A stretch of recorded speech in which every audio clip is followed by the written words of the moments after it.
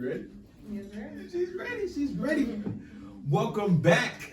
Welcome back. Welcome back to another episode of Free Thoughts. We on Free Thoughts. I got my player partner, friend of the room. You know, currently, I waited till we got on here to say this. You're my most listened to podcast so far episode. So, Thanks, guys. got my friend back in the building, Miss Jada. Nice to have you. Welcome back. Thanks for having me again. You're welcome. Happy 2024. Yes, happy 2024. Yes. Pleasure to be here in the number. Yes. Thank the Lord. Thank the Lord. Thank the Lord. How you feeling? Feeling good. Feeling good. Just taking it one day at a time. One day at a time. Yes, sir. I believe that. So, are you I just want to ask this. You know, we at the top of this so-called New Year, calendar year. Are you a resolutions type of person? You do make any changes? Top of the year, I'm gonna do this. I want to, you know what I'm saying, do goals. Yeah. Well. Vision boards, anything? So, a couple of friends, family, we're supposed to get together and do vision boards. Actually, this upcoming Monday. So, Okay. haven't done the vision board yet, but I'm actually thinking of my year in 90 days. So I'm doing 4 quarters, just so I can kind of accomplish a little more this year and just kind of stay focused on those goals, whether it be physical, mental, spiritual, emotional, all that good stuff. Okay. We're trying to become better. So Yes. All across the board. all across the board, exactly. Anything you want to share with us, like physical, mental, emotional changes or goals you want to accomplish this year? So currently I am fasting. Okay. I like that. So I won't go into detail about it, but just to kind of gain some clarity and some vision, just about life in general, about projects and experiences that I would like to kind of encounter this year and all of that good stuff, just to kind of, find which direction to go. Right. So that's going pretty well. And yeah, just trying to intake as much knowledge as I can. I'm trying to get back into reading. Yeah. That's going pretty slow, but we're gonna work on it. And so physical, just make sure I get up and do a little something every day. It doesn't have to be the same exact thing. Yeah, dancing. But exactly, dancing and stuff, all that good stuff. Just so I can moving the get body. in. Yeah, get a little more limber. Body in motion, stay in motion. Exactly. More meditation in the morning, getting up earlier, those types of things. I was gonna ask if you meditated and stuff like that. I was gonna ask you if you meditated. Yeah. I'm trying to incorporate that into my mornings as well. Just getting up a little earlier than I'm used to, and just trying to make sure that I have better days. I like that. Yeah. Being intentional about having better days is very important. Yes, it is. And I listen to people that fast religiously, and they always say when you're on that verge of transformation and trying to manifest and affirm things into your life, that's the best time to fast. Yes. To sacrifice, to go without. Yes. You know what I'm saying? Exactly. To A lot of show yourself distractions, right. And you gotta know who you get your help from. So in that, just been in the book and having a devotional every day as well. Doing a 21-day fast. Separately is just making sure that I'm getting that reading in, and stuff like that. So yeah, all of that is key to. I'm sorry, dude. All of that is key to just making sure you on your P's and your Q's. You gotta start with your spirit first. Gotta start with the spirit first. Get inner. Yeah, inner, and then work out. It'll feed. It'll bleed. Yeah. You can't expect outer change without inner change first. Yeah, definitely not. It just don't work that way. Yeah. It just don't work that way. They don't match. It don't match. Yeah, it won't match. Yeah. Any new updates that you want to share with people? Now, this ain't the segment, but we talked about this off, camera, off mic, about the black business, and we got this book right here. Any new updates? Any new shout outs you wanna Yes. For the people, for yourself, for anybody else. So right here, and y'all gotta excuse me because my nails look bad, but right here we have Poetic Realities by Perry Simone, and it's basically a book of poems that are just so relatable, especially to just those girls. Like, when you read it, if you know, you know, you're gonna get it, and a lot of it is very inspirational as well. I'll read a little bit in the beginning just so y'all can feel it. She said, "This is for the girls, the black girl. This is for that girl, the spiritual girl, the post-grad girl, and her bad girl, but can't stay out of her feelings." And I'll stop right there, but my girl gets down with the words. Snaps. I mean, it's a lovely read. It ain't too long, so it ain't like you gotta read chapters and chapters, you know. Straight to the point. Go get it. It's on Amazon. She got the digital version. That's the most recent of my folks that's really out there doing it. It's so many people. We're gonna tap into that real soon, because the world needs to hear some stuff, see some stuff. People are here growing, man. People are here taking their life into their own hands, creating things that they want for themselves, and being vulnerable enough to share it with the world, man. And I mean, like, why not try to get it out there even more? Like, just think, you could be changing someone's life with what you got going on. So we're gonna get into it, guys. But shout out to Paris for the Poetic Realities, man. Shout out to P for sure. You just had a Father's Day recently. Yes, I did. Happy belated Father's Day, man. Thank you so much. Shout out. Tell the folks what organization you're a part of. I am a proud member of the Exuberant Zide chapter of Delta Phi, Delta Dance Fraternity Incorporated. Okay. And yes, I said what I said.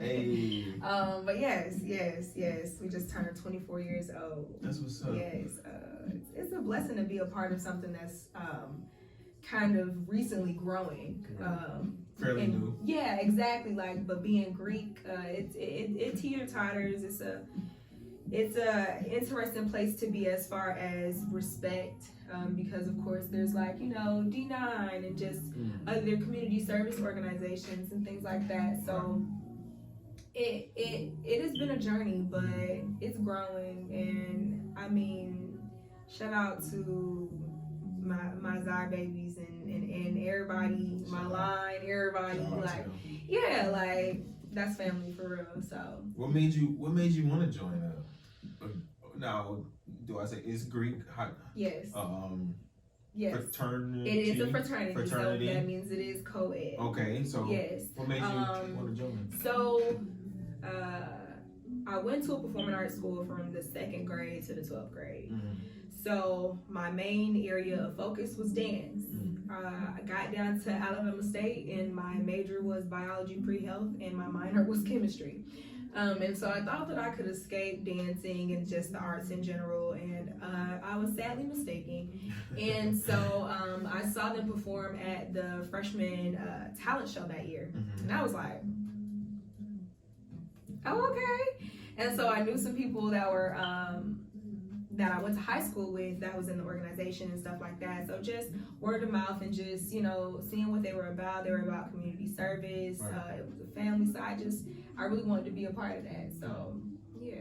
I love that. A great accomplishment of mine for sure. And to you, why is it so? What is the, I want to say, importance, the significance, the love for, you know, Greek life, especially like HBCUs in your point of view? Why are they important for the community? Well, Greek life in general is just important to the Black community because it shows how powerful we are in number. Now, granted, there's always, you know, the stereotypical ins and outs of Greek life, but essentially it's about brotherhood and sisterhood. And you know, really connecting with those that are like-minded. And so in that, you just notice that, you know, when you're greater in number, you know, you can do this thing called life together. So it's a little bit easier. You know, and you know, in numbers is strength. So it gets, you know, extensive, but Greek life is very dear to the heart of Black people for sure. Now you said you tried to escape dancing. You trying to run away from it at one point? Yeah, not even like run away, but I was just like, You're tired of it? I got tired of the structured version of dancing, and now what does that mean, like the practices and stuff? Yeah, like I had been doing that since literally, and I mean this is at school, right. So you're doing classes and rehearsal, and classes and rehearsal, and classes and rehearsal. So it was starting to get a lot, and I wanted to experience college for what college was as well. Without dance. Not even just without it, but I just didn't. I just was like, it is what it is. Like I'm cool on it. Yeah. And then I think what was it, sophomore year? Also, before I actually got my letters, I decided to be a part of their senior choreography show as well. Who was there? Let's see. So I was in Keontae's piece and Colby's piece, Jaitlin's piece. I just don't like auditioning for things, guys. Like I'm trying to get over that whole emotional roller coaster. Why do you like auditioning? It's just so judgy, you know. But at that's the same literally time, the point of it, yeah. You know, literally. So it's like, okay, like I have to kind of step outside of that because you just might not be what they're looking for. Right. But yeah, and it was a good time to be had. I realized how out of shape I was, and I was, you know, getting back in shape for sure. So, but yeah, and then I think, you know, after that I was in DeFi, and it was up from there. So yeah, and I just make sure I just, you know, do some of these TikToks out here. Yeah, you be already ticking the talk. Oh yeah, my underlying sister, Jada my girl, she is a formal sensational singette as well, but she just pretty much showcased her violin dance challenge. Y'all go check it out. Hey, it's real dope. The violin dance challenge. Yeah, so it's the violin at the end of Bitch Y'all Got My Vibe. Okay. Yeah, my girl gets down. She killed it. She killed it. And so many people joining the challenge, y'all. I'm telling you, go look it up. TikTok, Instagram, it's on air. Like, check that out. Yeah, the girls and the guys are out there doing it down. I could, but go follow me, Jayduh.w on Instagram, and it is on my page as well. Yeah, I'm not even gonna go to the jeans and whatnot. It's just not even gonna look the same. Glasses gonna fall off, earrings gonna pop out. It's just, I get wild. I never seen this challenge. You do. You with the face and everything. So what's that person? Who is that person? When you dance, who is that? Who is that to you? And what does she mean to you? She is portraying whatever the feels are of the choreography she is doing. I try to match energy. Okay. So if it's, you're trying to paint a whole picture. Yeah, exactly. The idea is to believe in the story and sell the story. It's entertainment. It's through dance. You know, exactly. Sometimes it's just, you know, get the moves out, high energy. Sometimes it's slow and sensual. Sometimes, you know, you're actually being more lyrical and telling the story. So, yeah. I never even thought about that.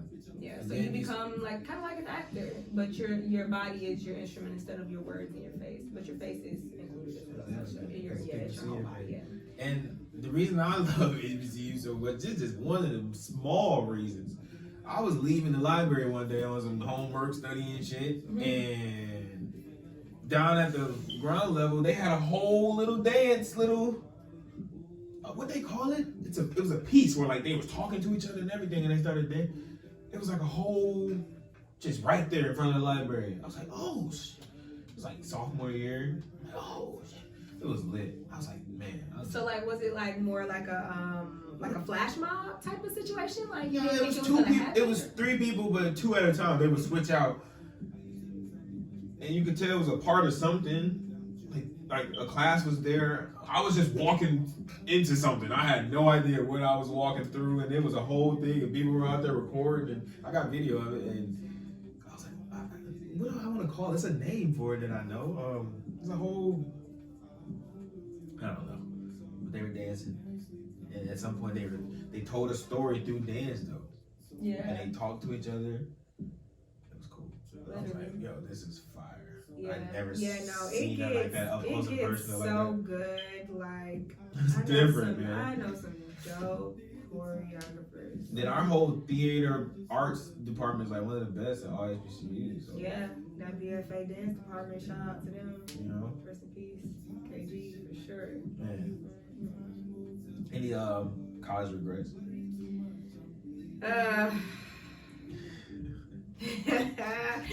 If you know, you know, but I won't go into that one. So one popped up right away.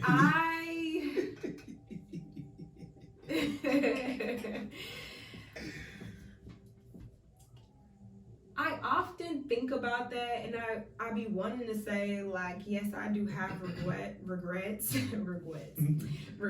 but I feel like I was still involved in a lot. So it's like, would you have had time to do more than what you was doing? You know, so, but yeah, just certain opportunities I didn't capitalize off of, but I feel like I made the best out of them Sally Mae dollars. Okay. I think I definitely tried to at least. So. What's your biggest college takeaway? Like, what's your overall, like, if you're giving a spiel to somebody, what's your takeaway from your POV? Not the engineering, from like your actual experience. See, I don't want to. Okay, all right. So, because I'm a person that tries to take advantage of the environment that I'm in, like what can I really take away from this for real? Some people just go to like experience. I say, you know, college, number one, it ain't for everybody.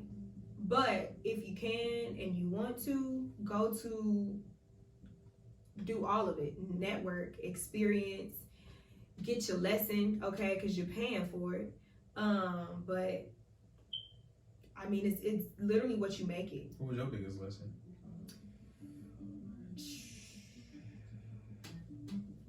Biggest lesson? I don't know. That's a hard one. Mine was stay true to me. I think throughout it all, it was self-discovery. Okay. That's in hindsight looking. Throughout it all, it was like self-discovery, the whole journey, doing shit, unlearning shit. I definitely see how you got there for sure. Okay. And those are some of our most pivotal years as developmental humans. We wouldn't be here if it weren't for that. So it's I think the best or my favorite takeaway is literally the people that I came into contact with. Like the family feel, oh my goodness. Like you literally come into a whole new family once you go to college. Yeah, literally. If you take advantage of it. Yeah, if you take advantage of the people you meet. Like these gonna be your kids, aunties, and uncles for real. Like, yeah, college was intuitive. You might find the kids' dads or moms. Yeah. Yeah, they sure do. I realized that just listening to public in general, that white women were told to go to college to get married and graduate and shit, and black women were told to go to college and graduate and fuck that nigga. And don't worry about them niggas, leave them niggas alone. What? Is that why so many black women are single later in life? I think so. I think black women have gotten out of the traditions of, okay, or at least because in the South, it was definitely a thing to want the family and take care of the family and the household. Right. Like, and then the man provides. Right. That's usually how that is, provides and protects. And so I think the generation is just all misconstrued. Everything's just mixed up together. Do you wish you would have found that in college, or what? What do you think? No. You cool with how you did it? Would you do it? Would you do it all again? I would. I like that. I would. It was great times. It was the best of times. Yeah. It was the worst of times. Like, when I tell you, like, I really felt like even before college, every day was a movie for me. But like, college, wow. I mean, you just never know what's gonna happen. Okay, especially at an HBCU. Okay, you just walk into class, minding your business, and you saw a whole dance performance outside. Right. Like, you know, just never know. You just never know. You just never know. So yeah, I would do it all day. My biggest regret is getting kicked off campus my freshman year. If I wasn't there, I wish I could have stayed on campus longer. True. Okay. It would have been my decision to leave campus versus me. Other than that, man, I enjoyed my college years. Yeah. The vibe, and the people, and For sure. even the classes once I switched my major, because I was a business major at first before I switched to psychology. I enjoyed it, man. The people I met, the opportunities. It's a good time, man. Shoot, man. It really was. For real. I drove past I'm like, you just out there in uptown, not get us there. A couple weeks ago, we was going to Selma. Me and my mom's, my step-pops, and we drove past. She's like, oh, I was asleep too in the back seat. Oh, yeah. Oh, there it is. Gotta wake you up for it. Oh. Yeah, like you were running for the first time. Yeah, Yeah, that's home though. That's home. 334. Shout out to the 334. Shout out to the 334. Yeah, It's funny how life works, man. for sure. All right.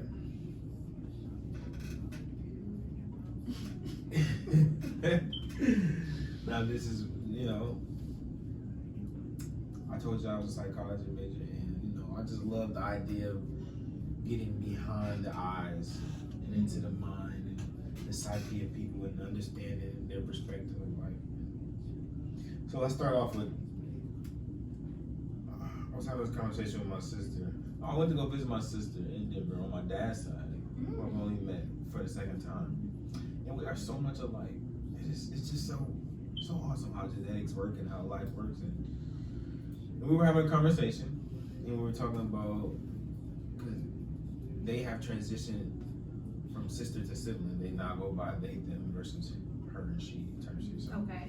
they've experienced a lot in that, and they are going to school for a theology doctorate. So it's very interesting. So we're talking about unintentional harm and impact, and the impact she's felt from, like, not people intentionally trying to harm her, them, like that. You know what I'm saying? Yeah, literally. You know just what I'm like saying? that, yeah. In the battle we are dealing with in life right now, that the impact it could have, because so many people do a lot of crazy stuff because of how they're impacted, which may not have been someone's intentions, and At all. you know what I'm saying? Yeah, I think they go through what we all go through. It's hard to read some people, so you don't know if it's intentional or if it's not intentional sometimes. So is it important to be, now what, this is I how, think- this is the, go ahead, what you finna say? I think being respectful is being intentional. Like, Right. I feel like when you are respectful, you are intentional about things that you say, things that you do, because you have respect for yourself, you have respect for others. Being respectful is being So, intentional, like, that. say, like, when it comes to the transition from she to they, Right. it's like, maybe just start incorporating that in your vocabulary. Right, exactly. Whoever you're talking about. Right. Yeah, they said, They yeah. said. They, yep. Hell yeah. Hell There, yeah. yep. Mm-hmm. Right. And it could be one, it could be more than one, because they is, you feel me? Exactly. And then everybody happy. Everybody's happy. So what, now there we go.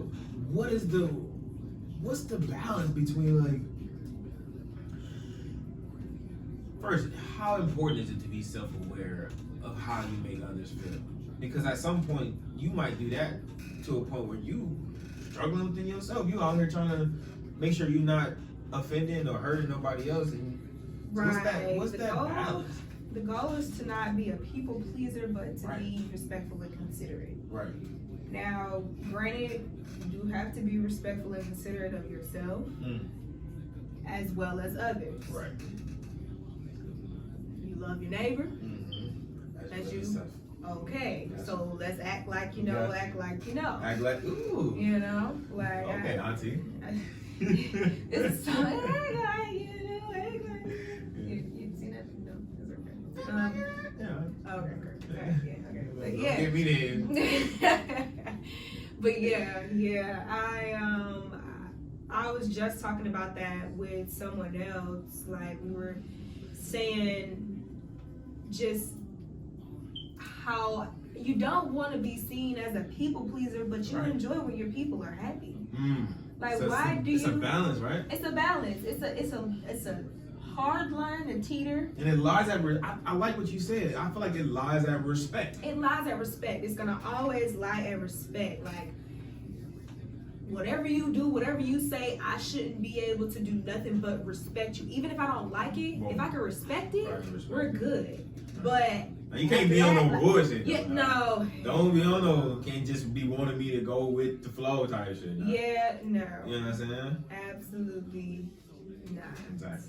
So, but yeah, respect is big. Take some discernment, I guess. It definitely does. It definitely does. Life in general does. That's the thing to acquire. It be these videos. This is one video that went viral. The transgender female. I don't even know how to say it. It's a dude that's a female now, and she go to restaurants, and people be like, "How you doing, sir?" And he records him. He's recording herself the whole time because they know that people's gonna misgender because by the look of it, Right, exactly. That's just Yeah, and I think playing they a be dirty playing game. with us too. playing a dirty game. Yep, and I don't know if it's just in reaction or if some of them motherfuckers just be playing with us, but I This is feel the like first it'd be time in history we've a- ever had to do this. Yeah, People not taking into account that. Like Yeah. we've never had to do this before Yeah. in life. I think we all need to give each other Some some grace. Talk to Okay, me some nicely. grace and mercy Talk because to me nicely. come on, y'all, Come on. like We're humans at the end of just the day. think, put yourself, what they say, put yourself in their shoes. Okay, that's it. Consideration and respect. Right. Because that's interesting you said that. And that's why I asked you, is it important that we're self-aware about how we make others feel? Because you said you consider yourself an empath. Yes. So break that down for me. What is it and why do you consider yourself that? For me, an empath is just a being that just feels when others feel. Like you hurt, I hurt. You happy, I happy. Like to simply put it. And so life just be lifing, and folks just be going through stuff. And those that are dear to me, I just hate to see when they're going through something like. And so you have to know the part you play, what you aid and abet in, what you help alleviate. What is your part that you play? What can you control? What can't you control? I can control my being. Okay, what part did I play? You see where I'm going? Like, it has to be conducive to wanting better. Right. And so that's just been the part that I've been trying to more so lean into instead of, wallow in it with people. But, we all have our moments. And so it's like, for those that have been there for me during those times, I'm definitely going to be there for y'all during y'all times. Like, no doubt about it. They know that.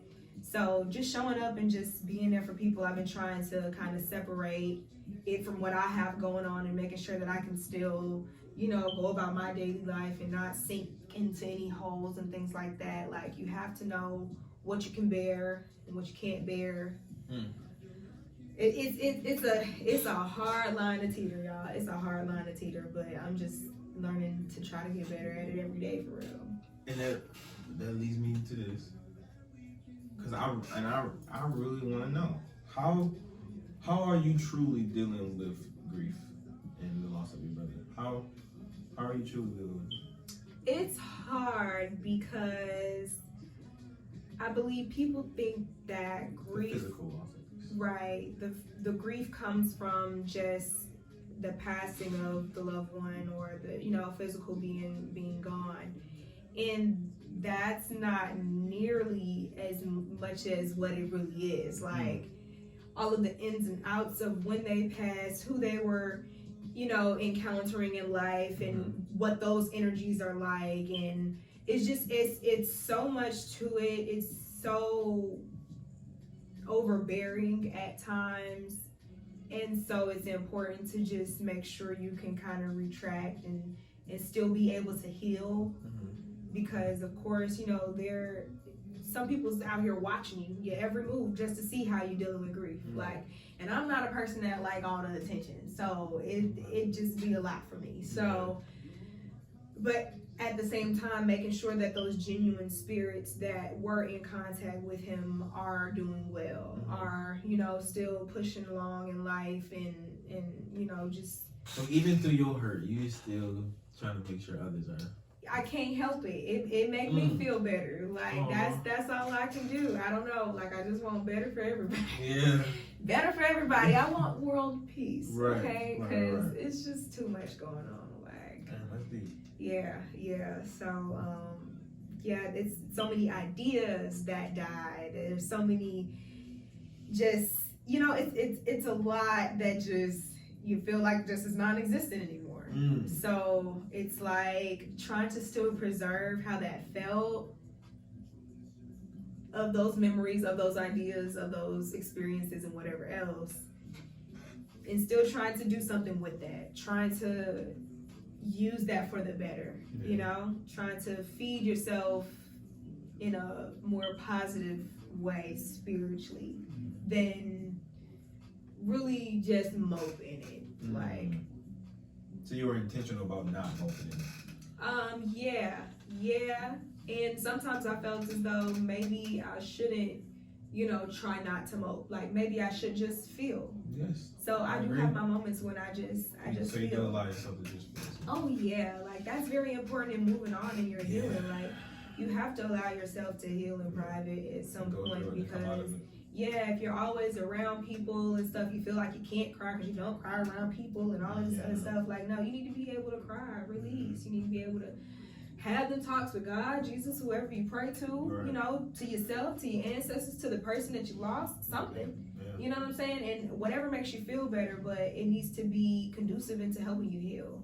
Don't let it, take you down the wrong path and all of that. Like, there will be those moments when you just kind of lash out and you're just not feeling well, so you just, be on some shit. But like, essentially, majority of the time needs to be like helping yourself heal when it comes to the grief.